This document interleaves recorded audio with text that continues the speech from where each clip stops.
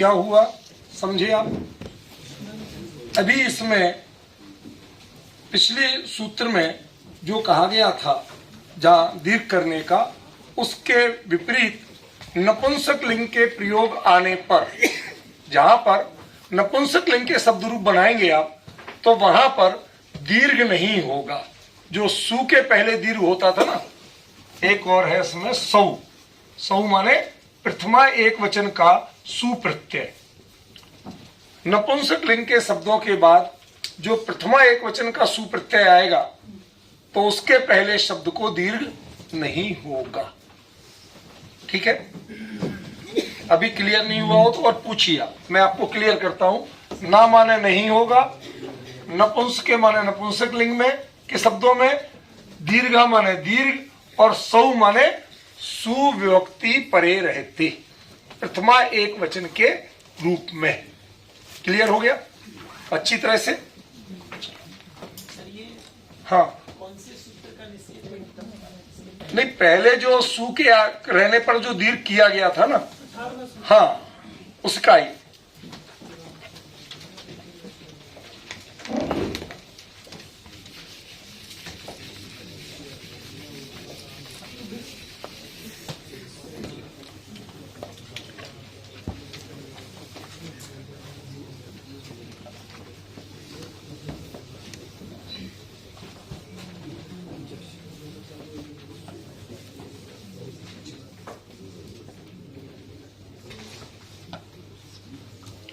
जस और सस दो प्रत्यय हैं। जस किसका प्रत्यय है बोलिए?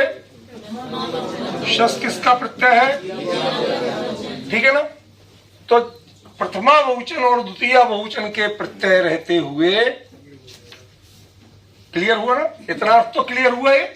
षष्ठी विभूषण में का रूप है, सप्तमी का भी हो सकता है, तो इनके परे रहते हुए कर दो, सप्तमी हो जाएगी, क्योंकि दोनों में रूप तो एक ही बनते हैं। तो जस और सस प्रत्यय परे रहते हुए इत दीर्घश्च, ठीक है ना? इकारांत को, जो नपुंसक लिंग के जो इकारांत रूप होंगे उनको क्या होगा? दीर्घ हो जाएगा। जैसे इसमें दिया है वन, वर्ण शब्द है, इसमें जस और सस आएंगे,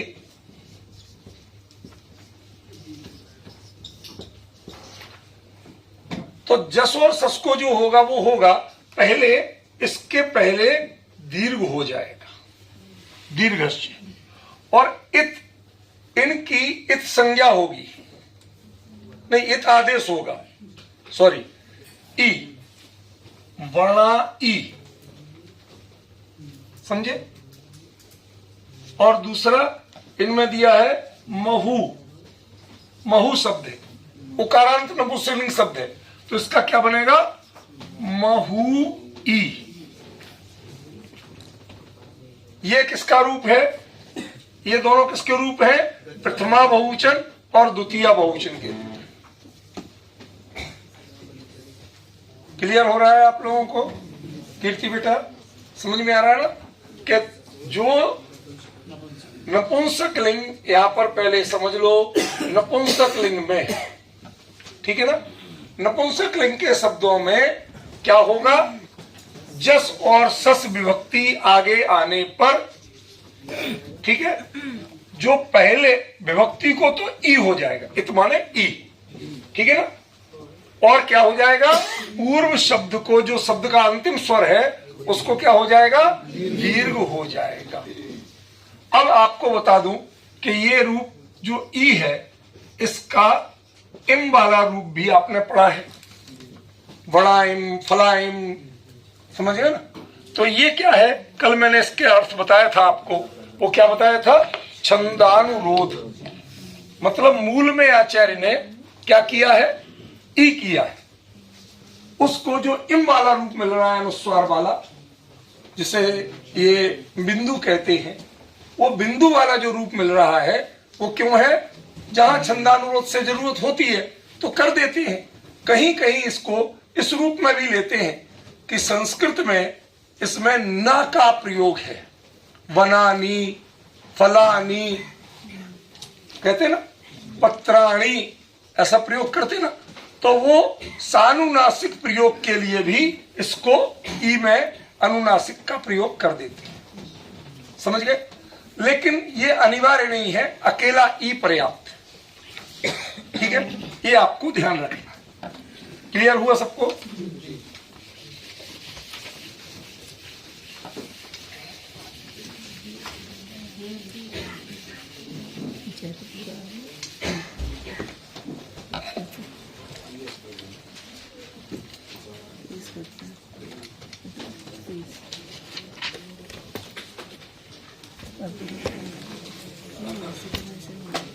न आमंत्रणे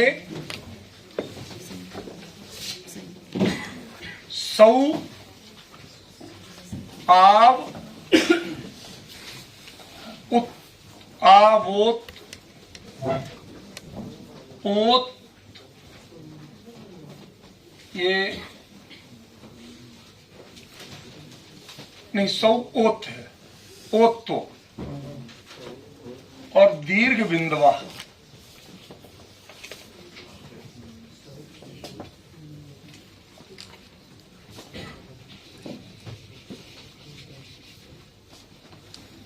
आमंत्रणे, आमंत्रण माने, आमंत्रण माने संबोधन, आमंत्रण माने गोमटेश्वर संबोधन। 7 विभक्तियां आपने पढ़ी हैं, प्रथमा, द्वितीया, तृतीया, चतुर्थी, पंचमी, षष्ठी, सप्तमी और उसके बाद संबोधन। तो जो संबोधन के भी तो रूप बनते हैं ना, तो उसमें क्या होगा ये इसमें बताया गया कि आमंत्रण यानी संबोधन का रूप बनने पर, संबोधन में वही सु आदि वही होते हैं प्रथमा वाले रूप, तो उसमें क्या होगा, ओत दीर्घ बिंदवः न ओत होगा, न दीर्घ होगा, न अनुस्वार का प्रयोग आएगा।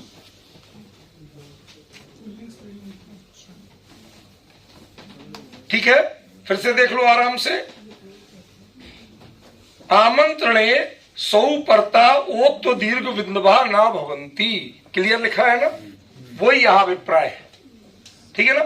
ना तो ओ किया जाएगा, ना दीर्घ किया जाएगा, और ना अनुस्वार का प्रयोग किया जाएगा। कैसा रह जाएगा, शब्द मूल रूप में ही रह जाएगा। उसके दिया है हे वच्छ, हे अग्गी, समझ गए ना, ऐसे ज्यों का त्यों मूल रूप रह जाएगा, उसमें कोई अन्य प्रत्यय नहीं जुड़ेगा, ना ही ह्रस्व दीर्घ आदि कुछ भी होगा। जैसा शब्द मूल है वो वैसा का वैसा रह जाएगा।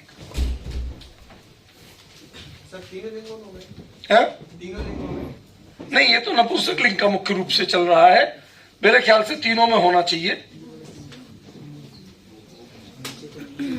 नीचे इन्होंने कहीं स्पष्टीकरण नहीं दिया इसका, लेकिन जो इसमें दिया है वो तो वच्छ तो पुल्लिंग है, अग्नि स्त्रीलिंग है, वायु वण, तो ये इनमें महु दही सारे ही इनने ले लिए हैं। इसका मतलब तीनों लिंगों में और सभी प्रकार के अकारांत, इकारांत, उकारांत सभी शब्दों में इन्होंने लिया, दृष्टांतों के आधार पर स्पष्ट।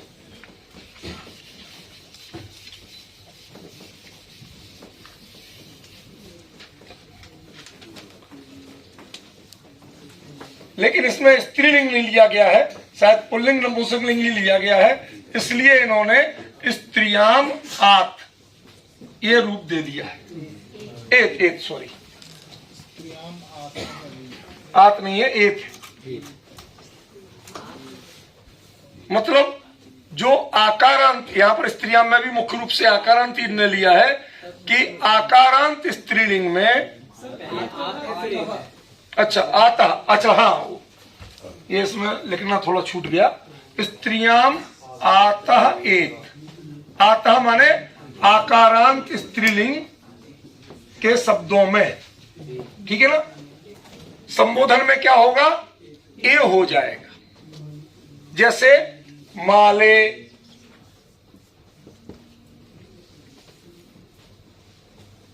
ठीक है, क्लियर हुआ भाई। उन्होंने पिछले में तो कुछ भी नहीं करने को कहा था, अब क्या किया, आकारांत स्त्रीलिंग में ए करने को कहा, ठीक है।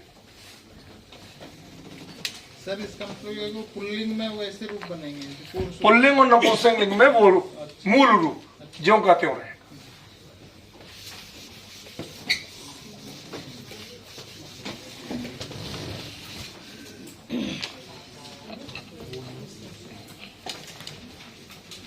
ईत ऊतः ह्रस्वः, ईत ऊतः ह्रस्वः।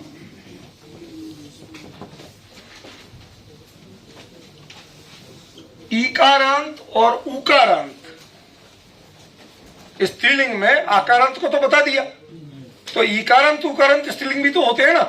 तो ईकारांत उकारांत स्त्रीलिंग शब्दों से क्या हो जाएगा? संबोधन में ह्रस्व हो जाएगा। जैसे किसी कोई शब्द है आपका, इसमें दिया बहु, तो बहु शब्द है तो उसका क्या बनेगा? हे बहु। संबोधन में ऐसा हो जाएगा, ठीक है ना। नदी, हे नई, ऐसा रूप बन जाएगा। क्या किया इसमें? कैसे थे? दीर्घ ईकारांत दीर्घ उकारांत, पहले से ऐसे थे। दीर्घ ईकारांत और दीर्घ उकारांत शब्दों में संबोधन एक वचन में क्या होगा बेटा? ह्रस्व हो जाएगा। क्लियर? भव्या क्लियर हुआ बेटा? चलो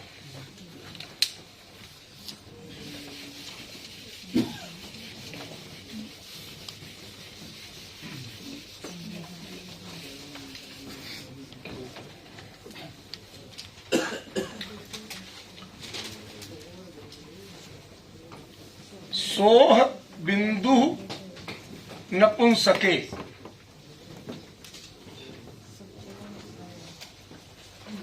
नपुंसक लिंग के शब्दों में चाहे वो अकारांत हो, चाहे इकारांत हो, चाहे उकारांत हो, शब्द ध्यान दे रहे हो आप?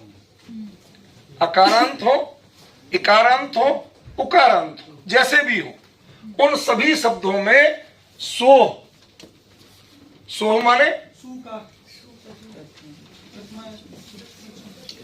षष्ठी एक वचन, प्रथमा एक वचन का तो प्रत्यय है, लेकिन इसमें विभक्ति क्या है?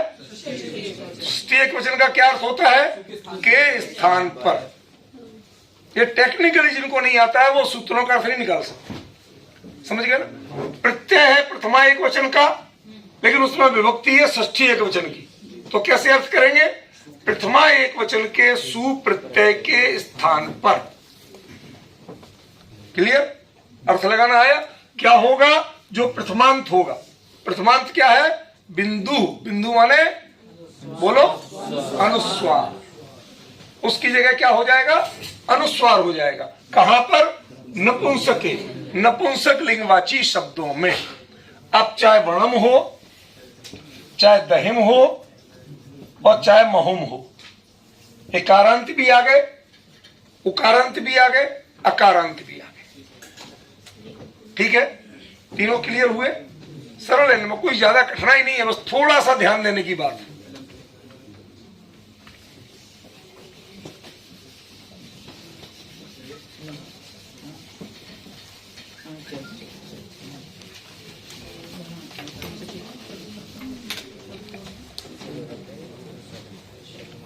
ऋतः आरह सुपी,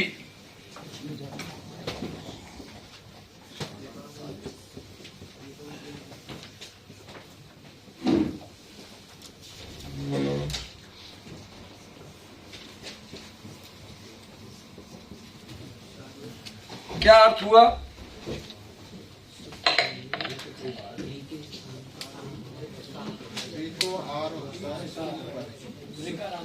ऋकारांत जो पद हैं, शब्द हैं, सॉरी पद नहीं, ऋकारांत शब्द जैसे पितृ, मातृ, सवित्री, भर्तृ, ठीक है ना, जामात्री, बहुत सारे हैं। पिता, भाई, माता, जमाता, समझ गए ना। इन सब शब्दों का मूल रूप कैसा है? जैसे सर बता रहे थे कि आपको संस्कृत की थोड़ी बहुत जानकारी होना चाहिए। क्यों कह रहे थे वो? क्योंकि बना सीखना आपको प्राकृत है, लेकिन ये प्रकृति संस्कृत का मतलब संस्कृत से प्राकृत के लिए नहीं, बल्कि यहां पर संस्कृत का जो प्राकृत का व्याकरण संस्कृत व्याकरण के पैटर्न पे लिखा गया है, उसमें जो प्रत्याहार है इसमें भी है, उसमें जो मूल शब्द है इसमें भी है। तो आपको यदि समझना है वर्णचुई के प्राकृत प्रकाश से प्राकृत को, तो आपको थोड़ी बहुत संस्कृत की बेसिक जानकारी चाहिए। आप पहचाने तो सही कि किसकी बात कर रहे, बस इसका इतना उद्देश्य है, इसके अलावा कुछ नहीं। ठीक है, क्लियर हुआ?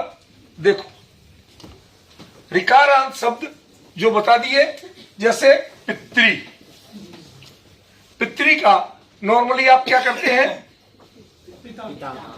पिता।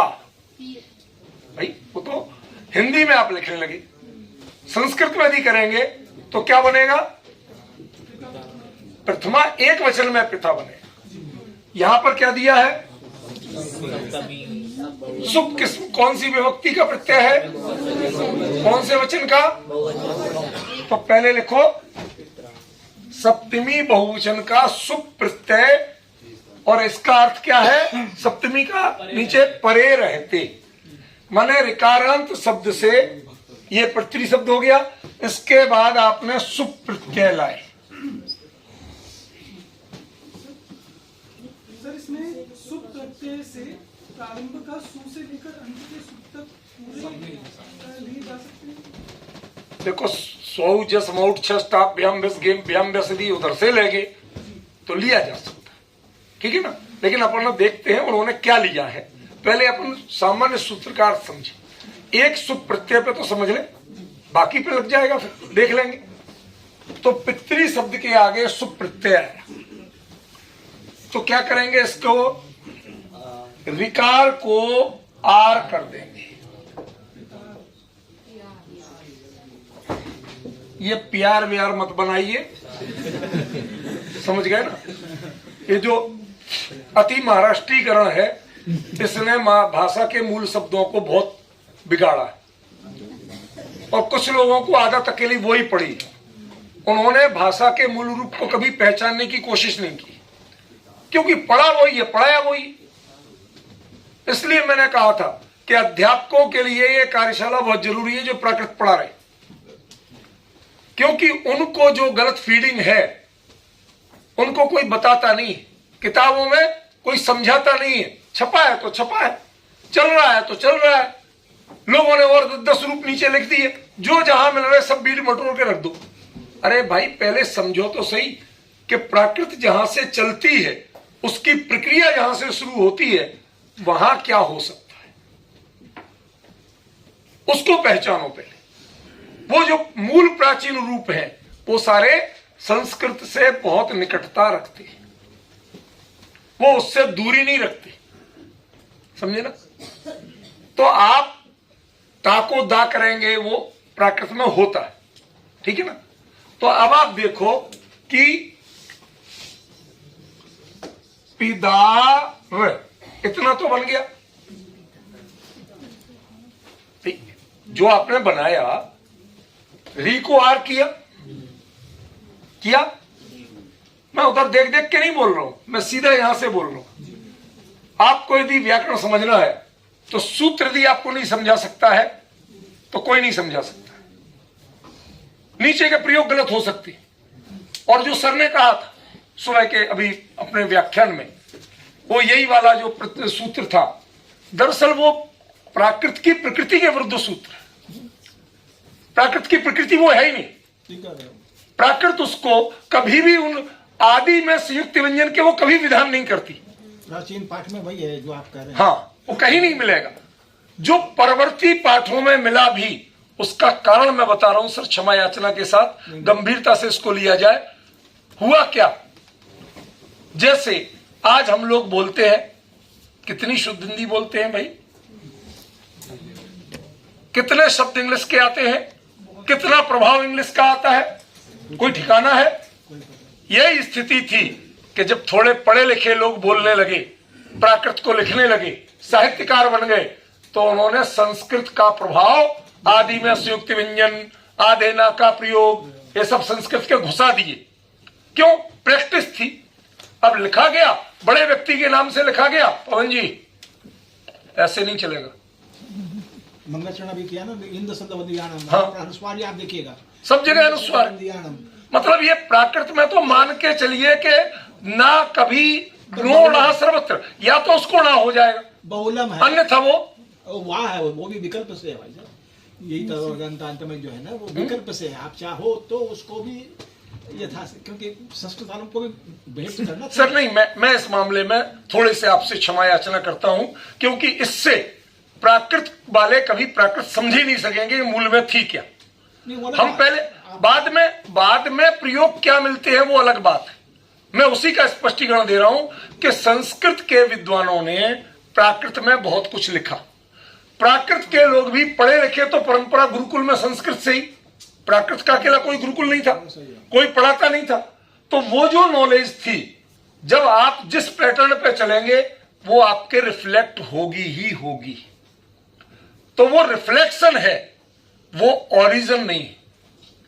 ओरिजिन में तो प्राकृत का मूल जो है वो उनको आदि में असंयुक्त ही रहेगा, अंत में हलंत नहीं होगा, नाड़ा सर्वत्र या अनुस्वार होगा। यही प्राकृत का मूल है। हम इस मूल स्वरूप को इधर उधर नहीं बता सकते, नहीं सिखा सकते। सारी समस्याएं इसीलिए हुई, सारी समस्याएं एकमात्र कारण से हुई हैं कि हमने प्राकृत की जो सरलीकरण, संक्षिप्तीकरण, मुक्त सुख, इन जो मूलभूत बातें थी, इनको भूल करके लोगों ने क्या क्या कर दिया, हमने उनके दृष्टांत दिखाना शुरू कर दिए। मेरा क्लियर कट कॉन्सेप्ट है इस वर्कशॉप में, वरुचि आचार्य के माध्यम से, प्राकृत प्रकाश के माध्यम से। एक दो चीजें छोड़ दें, बाकी ये स्पष्ट समर्थन करते हैं कि प्राकृत माने जो कभी भी शुरू में संयुक्त व्यंजन की अनुमति नहीं देती वो प्राकृत, जो अंत में हलंत की अनुमति नहीं देती वो प्राकृत, जो य गे और न इनके लिए हलंत अवस्था में जो मूल में है उनको अनुस्वार बनाएगी, और बाकी जो होगा तो ड़ा बनाएगी। इसके अलावा दूसरा प्रयोग नहीं होगा।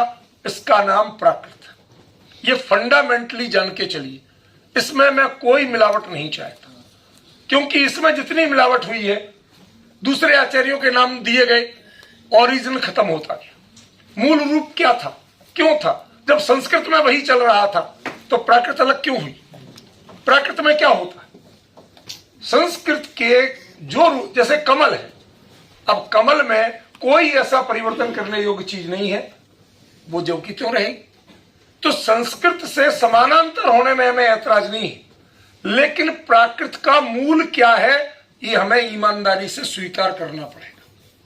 प्राकृत कभी भी आदि में संयुक्त व्यंजन को स्वीकार नहीं करती, प्राकृत कभी भी हलंत प्रयोगों को स्वीकार नहीं करती, और प्राकृत कभी भी ये गे और न इनको स्वीकार नहीं करती। या तो णा करेगी, और णा जहां नहीं होगा तो अनुस्वार, हलंत होने में अनुस्वार होगा। ये क्लियर कट कॉन्सेप्ट है, इसमें मैं कोई मिलावट नहीं चाहता। प्रयोग मिलते हैं, सूत्र भी मिलेंगे। बड़े लोगों ने कहे, बड़े होने का क्या मतलब है? आज बड़े से बड़े विद्वान की बुक में एरर दिखा सकता हूं मैं। चूक होती है तो भूल चूक इंसान से होती है, भगवान नहीं आता। तो बड़े में सूत्र है, इसलिए उसकी व्याख्या कि उसको बहुलम है, नहीं सही है, प्रभाव हो गया। सर बहुलम का अर्थ क्या? कोई, मैं मानता हूं बहुलम माने सारे प्रयोग मैंने भी बताए, लेकिन मैं जो अपने प्रयोग कार्यशाला है इसका कॉन्सेप्ट क्लियर कर देना चाहता हूं। किसी को इधर उधर सीखना नहीं है। जो इसका निर्देश है वो तो यही है कि जो बहुलम है वो जो प्रयोग मिलते हैं प्राकृत के अनुसार उनमें बहुलता करिए आप। जो प्राकृत की प्रकृति के विरुद्ध हो उनकी बहुलता में स्वीकार नहीं करता। भाई बहुलता होगी तो किसकी होगी?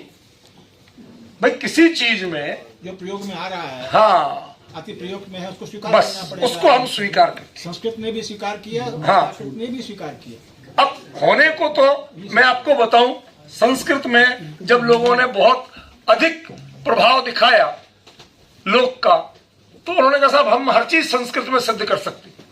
कहने लगे माँ धातु से प्रत्यय किया, डुलुकडियां डोलाना उड़ा दी, सिद्धि की मुलुक मियां मौलाना। तो ये ये प्रतिभा का अतिरेक है, दुरुपयोग है। ऐसे प्रयोगों को मैं नहीं मान्यता देता हूं कि आप मुल्क में या मौलाना भी ऐसे जबरदस्ती की प्राकृत और जबरदस्ती की संस्कृत मत बनाइए। जो जिसका आदर्श रूप है, जो जिसके लिए बनी है और जिस तरह चली है, उसी रूप में रहने दीजिए। वरना हमें ये जितने लोगों को बुलाया हमने, कई जो प्राकृत के विद्वान पढ़ाने वाले शोधार्थी, उनको हमने जानबूझ के कह के बुलाया है कि आपके पास करप्ट नॉलेज पहुंच रही है, आप पहले से कुछ पढ़े हुए हैं, आपको पता ही नहीं है कि असल में प्राकृत है क्या। लिखे हुए मिलते हैं, मैं डंके की चोट कह रहा हूं, बिना किसी दबाव के लिखे हुए रूप मिलते हैं, मैं मानता हूं। विद्वानों ने भी लिखे हैं, मैं मानता हूं।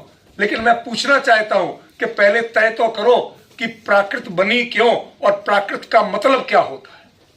यदि सरलीकरण, संक्षिप्तीकरण, मुख सुख और लोक के प्रयोग, इनको यदि आप मानते हैं तो प्राकृत में कभी आदि में संयुक्त व्यंजन नहीं आएगा। कोई नहीं बोल सकता। मैंने कितनी बार बताया, आप उसमें कभी ई जोड़ते हैं, स्कूल लिखा, ई जोड़ रहे हैं, क्यों बोल रहे हैं? स्नान को स्नान, वो कोई कुछ भी बोले, कोई स्नान बोलते, कोई स्नान बोलता ही है। स्वर के बिना आप बोल पा रहे क्या? नहीं बोल पा रहे तो इसका मतलब है जब आप संयुक्त व्यंजन आदि में बोल ही नहीं सकते तो भाषा है बोलने का नाम। और यदि बोला नहीं जा रहा है तो हम आपकी नकली भाषा को मानने को तैयार नहीं। वो ठीक है, बस इसलिए कहा, संस्कृत वालों ने बहुत प्रतिभा का प्रयोग किया। उन्होंने भाषा शास्त्र को लिपिबद्ध के रूप में तो लाजवाब बना दिया, इसमें कोई शक नहीं। लेकिन उच्चारण में वो लोक को उतना प्रभावित नहीं कर पाए। उच्चारण में, लोक में उसका प्राकृतिकृत रूप ही मौजूद है। प्राकृतिक बहुत हो गया, संस्कृत में भी स्वीकार किया। आप समझिए जितना शब्द है अब जो प्राप्त होता है उसमें 50% प्राकृत के हैं। उसको स्वीकार किया। यशोधरादिगण पढ़िए संस्कृत में। भवेद वर्णागमाद हंस, हंस कैसे बना? संस्कृत वाले कहते हैं कि ये प्राकृत है, हम उसको ले रहे हैं। हंस नहीं था, हंस था, हंस उसका हास। वर्णागमात अनुस्वार ला दिया, भवेद वर्णागमात हंसा, सिंहो वर्ण विपर्यात, हिंस था शब्द, वो सिंह बन गया। हमने इसको स्वीकार, संस्कृत वालों ने स्वीकार किया। प्रसोदरादिगण देखिए उसमें, संस्कृत वाले पढ़े तो बात करें ना। तो यही है, मैं किसी आपको विद्वत्ता के लिए, अतिरिक्त जानकारी के लिए, ज्ञान को व्यापक बनाने के लिए संस्कृत पढ़ना चाहिए, उसके व्याकरण को जानना चाहिए, शब्द शास्त्र के विस्तार में जाना चाहिए। हम उसका निषेध नहीं करते, समर्थन करते। लेकिन अभी हमारा गोल सिर्फ प्राकृत क्या है, ये लोग 8 दिन में उतना जानने आए हैं। इसलिए हम बहुत ज्यादा दाएं, जैसे वो होता ना घोड़, तांगे का घोड़ा, वो सड़क पर सरपट दौड़ता रहे, उसके लिए आंख पे पट्टी बांधना जरूरी है। सड़क देख भाई, बगल के खेत की हरियाली मत देख, वरना वो तांगा से खेत में कूद जाएगा। यही स्थिति इनकी होगी। अभी तक जो एक कूदे हुए हैं वंदना जी जैसे, इसीलिए कूदे हुए हैं, इन्हें खुद पता नहीं है कि असल में प्राकृत क्या है। जो छपी मिल रही है उसको पढ़ा रहे, बस बात ये। समस्या ये हुई। आज हमारी इस कार्यशाला का उद्देश्य अकेला प्राकृत प्रकाश पढ़ाना नहीं है, प्राकृत क्या है ये भी बताएंगे, उसका ओरिजिनल डेवलपमेंट क्यों हुआ, कैसे हुआ, ये भी हमें समझना है। इसलिए मैं कोई भ्रम नहीं रखना चाहता, किसी का विरोध नहीं है, लेकिन ये चीज अच्छी तरह समझना होगी कि प्राकृत के मूल में ऐसे प्रयोग कभी हो ही नहीं सकते।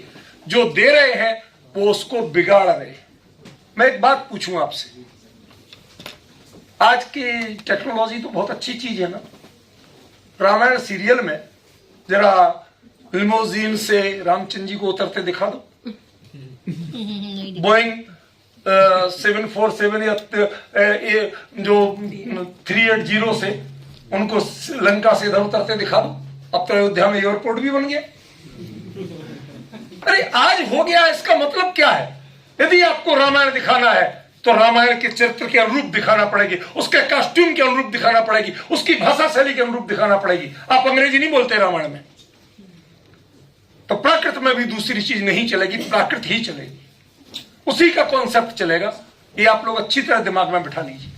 देश भर में जो प्राकृत के नाम पे अनुचित प्रयोग हो रहा है, उसका सबसे बड़ा कारण यह है कि हमें छपा हुआ दिखाया जा रहा है। छपाया किसने? सर्वज्ञ ने। सर्वज्ञ ने नहीं छपाया है, उनने नहीं लिखा है। वो भूल चूक सबसे होती है। हम आधार मिलाएं और आधार के इस अनुसार परिष्कार करें, ये हमारा कर्तव्य है। R&D, जितनी भी गाड़ियां बनती है, जितनी भी मशीनरी बनती है, हर कंपनी में एक डिपार्टमेंट होता है R&D, रिसर्च एंड डेवलपमेंट। तो आप खोजिए ना मूल में कि मूल में क्या था, क्यों था, उसका कारण निकालिए और कारण निकाल के उसका परिष्कार कीजिए। मैं इस कार्यशाला में गलत मैसेज बिल्कुल नहीं आने दूंगा। प्राकृत के बारे में क्लियर कट कॉन्सेप्ट है, जो सत्य है वो सत्य है, वही रहेगा। दुनिया क्या कहती है इसकी परवाह मैं बिल्कुल नहीं करूंगा।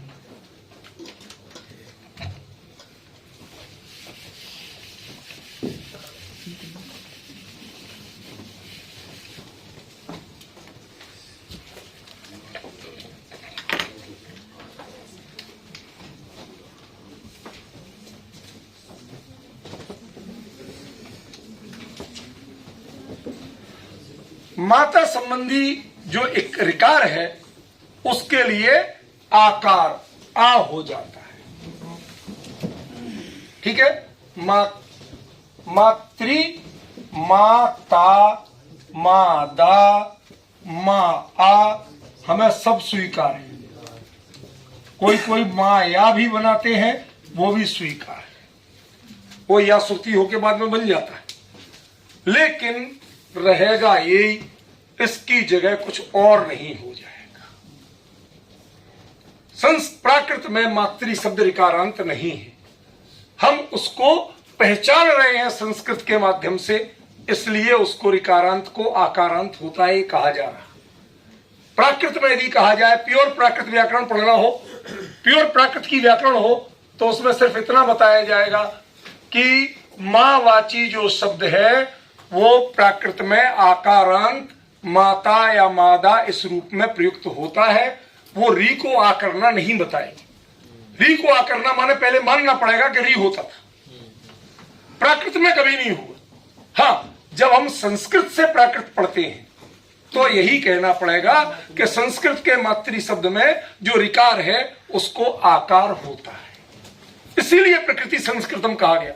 जिन्होंने ये भ्रम फैलाया कि प्रकृति ही संस्कृति, संस्कृत से कोई भाषा किसी से नहीं निकली।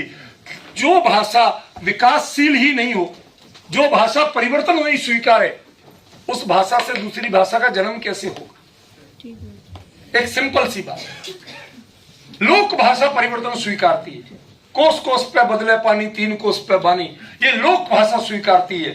संस्कृत ने तो कभी नहीं स्वीकारा कि मैं बदली और बांध दिया, और उसको बांध दिया। जितने आचार्य उन्होंने उसको कसते गए। तो इसलिए मैं इतना ही कहना चाहता हूं कि आगे किसी भी सत्र में और कोई भी व्यक्ति इस बात को दाएं बाएं ना करे, क्योंकि इससे सिर्फ कंफ्यूजन क्रिएट होगा। ये बच्चे भ्रम में पड़ेंगे। जो पहली बार प्राकृत पढ़ने आए, ये केमिकल इंजीनियर है, कोई कुछ है, ये लोग तो पूरे डाइवर्ट हो जाएंगे। तो भाई साहब हम क्या सीखें, यहां से क्या सीख के जाएं? तो मेरा क्लियर कट कॉन्सेप्ट है, जो भी चर्चा हो वो इन मूलभूत चीजों को छेड़े बिना हो। नहीं, अब उसको सूत्र आया है तो व्याख्या करेंगे ना आपने? नहीं, व्याख्या करेंगे, उसमें बताएंगे। हाँ, तो ये मतलब हम लोगों ने बताएंगे। वाह है, ये प्रभाव से आया है, वस्तुतः ये बस नहीं है। हाँ, पर सूत्र में तो है नहीं सूत्र या न्याय को ये को सर, संज्ञा माना है। सर ऐसा है कि हमें ये भी बताना पड़ेगा कि प्राकृत की मूल प्रकृति ये नहीं है, ये भी हमें बताना पड़ेगा, वरना वो उसको मूल प्रकृति समझ जाएगी। नहीं, वो तो इसीलिए वहां पर ये दृढ़ता हमें रखना पड़ेगी कि वो चीज बहुलम है, वाह है, प्रभाव से आया हुआ है। प्राकृत में इस सबका कोई बंधन नहीं है। संस्कृत में बंधना लिखना होगा तो न्याय लगाना ही पड़ेगा, अनुस्वार से काम नहीं चलेगा। संधि एक पदे नित्य है, वहां करना ही पड़ेगा आपको। प्राकृत में नियम है, संधि का नियम है। तो अब जो कि सारा भाषा मिल गई है उसको दूर करना है। अंग्रेजी भी उसमें, संस्कृत भी उसमें, हिंदी भी उसकी भी, न संस्कृत आई न प्राकृत आई। अब जैसे आप ले लीजिए महिमा मंडित, अब आपको प्राकृत में करना है, कैसे करेंगे? महिमा मंडित शब्द कैसे बना? संस्कृत में हो ही नहीं सकता महिमा मंडित शब्द। क्योंकि महिमा शब्द है ही नहीं संस्कृत में, वहां शब्द है महिमन। जैसे राजन, राजा बन गया है मूल राजन, वैसे ही शब्द है महिमन। तो आपको महिमा मंडित बोलना है, महिमा, और उसी का प्राकृत बनाना पड़ेगा, अगर चलेगा नियम से। अब महिमा मंडित अगर आप हो जाता है तो सूत्र बनाइए दूसरा, कैसा हो जाता है। जैसे विश्वामित्र में किया, विश्व का अमित्र से विश्वामित्र बनता है, तो विश्व का दुश्मन तो वो नहीं थे, शस्त्र वाले घबराए, उनका कोप हो गया तो भस्म कर देंगे, तो उसने कहा मित्र चरसाऊ, सूत्र बना दिया। विश्व और मित्र, विश्व के मित्र हैं, वो संधि हो गई। जैसे प्राकृत में आ किया है, आगे में सब में आप देखें समास सेवा सूत्र आपने बताया, वही सूत्र लगा के उन्होंने विश्वामित्र सिद्ध कर दिया। अर्थ उसका होगा विश्व का मित्र, अमित्र अर्थ नहीं होगा। ऐसे ही अपने को करना पड़ेगा, क्योंकि जनता का भाव जो प्रयुक्त होने लगा उसको हमें स्वीकार करना है। हम जानकारियां स्वीकार करेंगे, हाँ उसको कि इन्होंने ऐसा कहा। बस न्याय शास्त्र में एक बात चलती है, मैं सर आपको बताना चाहता हूं रोचक, कि एक वकील थे बहुत नामी, वो किसी मतलब उस दिन कहीं और जाना था, उनको ध्यान नहीं रहा, उनके किसी क्लाइंट की पेशी थी कोर्ट में। उसने फोन किया, सर वहां पहुंचना, आप कहां जा रहे हैं? अच्छा वहां, फाइल जल्दी मंगवाई। अब चलते चलते गाड़ी में उसका केस स्टडी की, तो हर केस में पहले तो आरोप होते हैं, फिर जवाब होते हैं, उनने अकेले आरोप पढ़ पाए, तो वहां जाके उसी पे बोलने लगे। अब उसके चेहरे पे हवाइयां उड़ रही, तो ये तो हम ही विरुद्ध बोल रहा है, दूसरे खुश हो रहे, तो वो देख के समझ गया कुछ ना कुछ गड़बड़ है। फिर उसने कहा इति केचित, ऐसा कुछ लोग कहते हैं, हमारे जो साथी वकील हैं उनके पास जितने मैंने लॉजिक दिए, इससे बढ़िया कोई लॉजिक है कि नहीं है? अब इनका जवाब सुनो, जो तर्क गढ़ सकता है वो उत्तर भी दे सकता है। तो हमें प्राकृत के लिए जवाब देना है, जवाबदेह बनना है। अकेले गलती से जो बोल गए उसका समर्थन नहीं करना।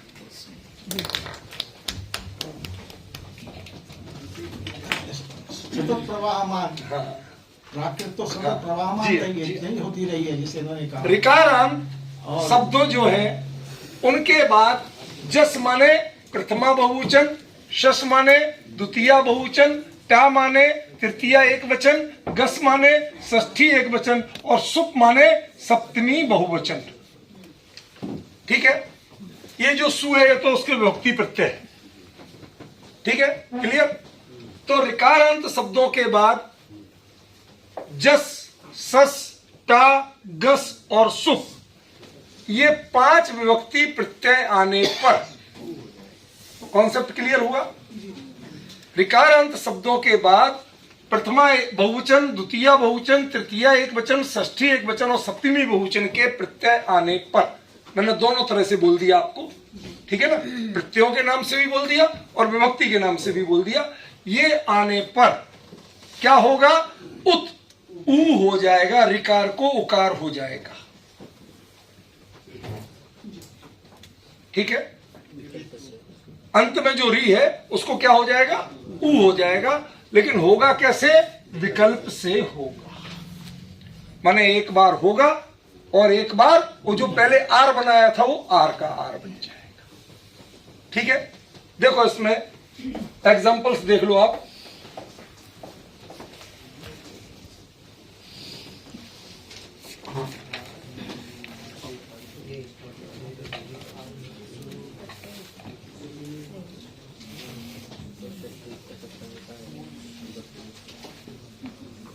ये रूप जो है ये क्या है?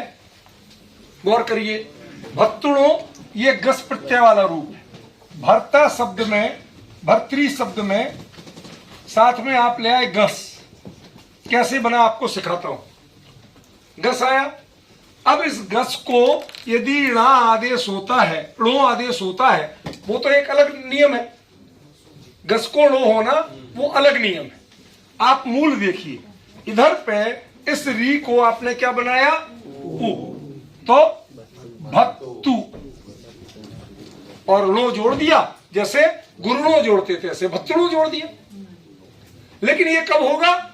उकारांत होने पर ही लो बनेगा, क्योंकि इकारांत उकारांत में लो होता है षष्ठी का, हर स्थिति में नहीं होता है।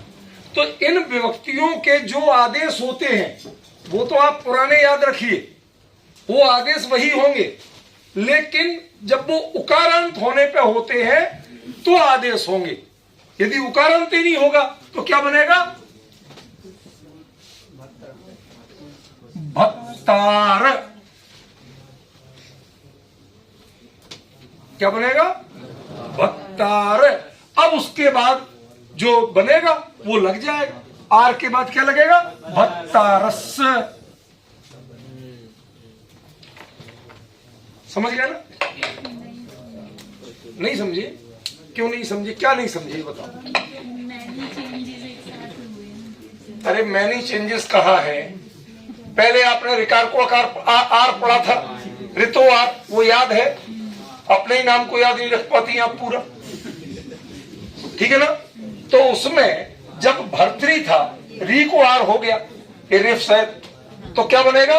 भत्तार, ये बन गया।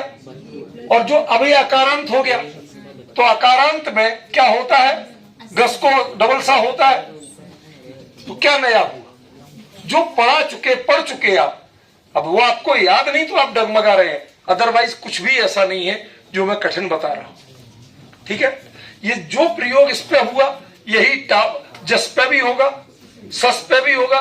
माने इन प्रत्ययों को जो आदेश होते हैं अकारांत होने पे वह अकारांत होने पे आदेश होंगे, और जो उकारांत होने पे आदेश होते हैं वो उकारांत होने पे आदेश होंगे। ये इसका सरल अर्थ है, समझ गए?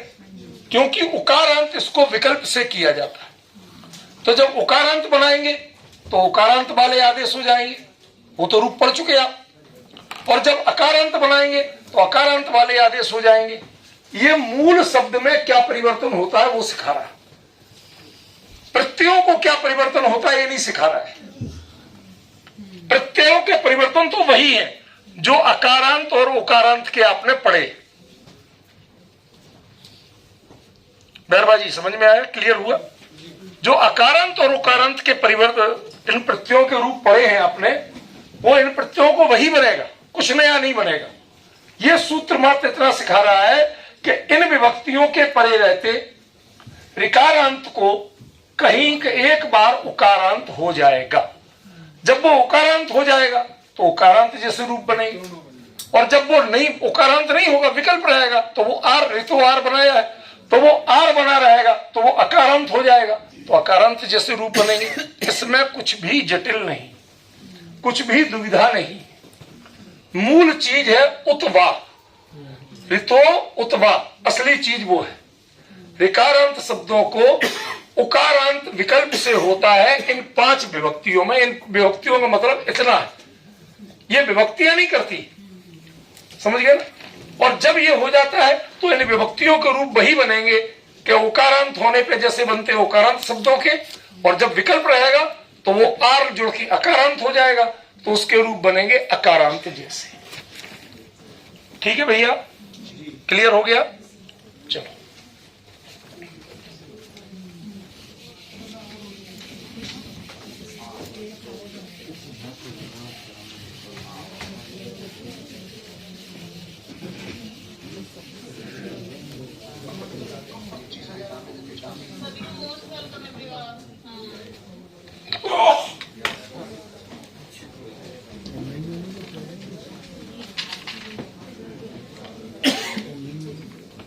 पितृ, प्लीज आपस में बातचीत नहीं।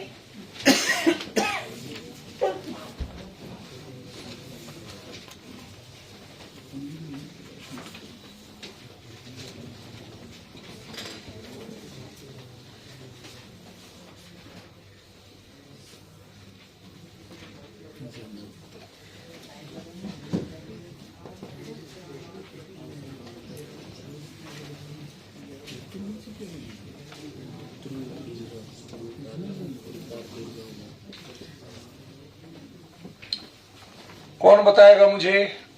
मैंने तो अपनी ओर से स्पष्ट कर दिया।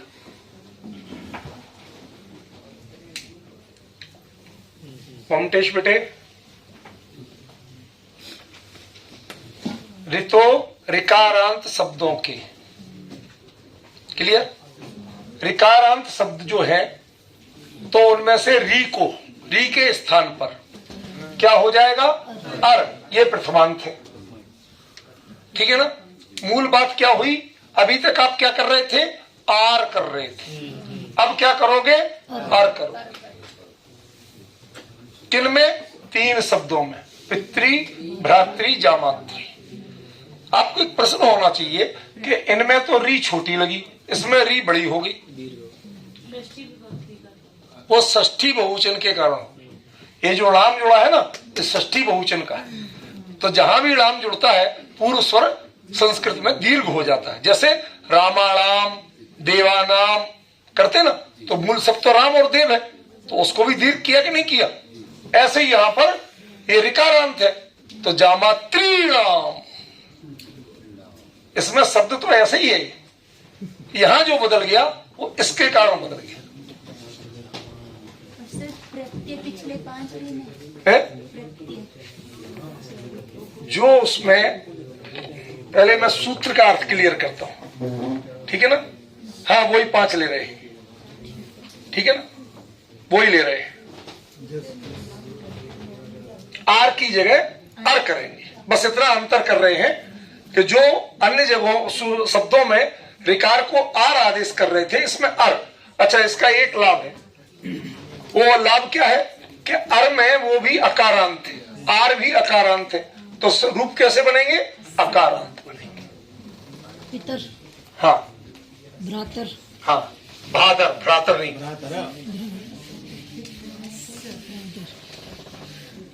एसो भाद्रो, एसो पिद्रो, जामाद्रो, जमाई, हाँ, आपको तो आना चाहिए। जिनने बेटी ब्याह ली हो उन्हें तो आनी चाहिए।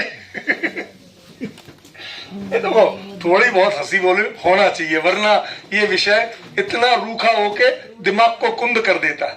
थोड़ी बहुत ग्रीस है ये, जैसे गाड़ी चलते चलते ज्यादा रगड़ खा जाए, गर्म हो जाए, तो ग्रीस वगैरह चलते रहना चाहिए, कूलेंट चलना चाहिए, ताकि सब सहज बने रहे, हंसते बोलते पढ़ते रहे।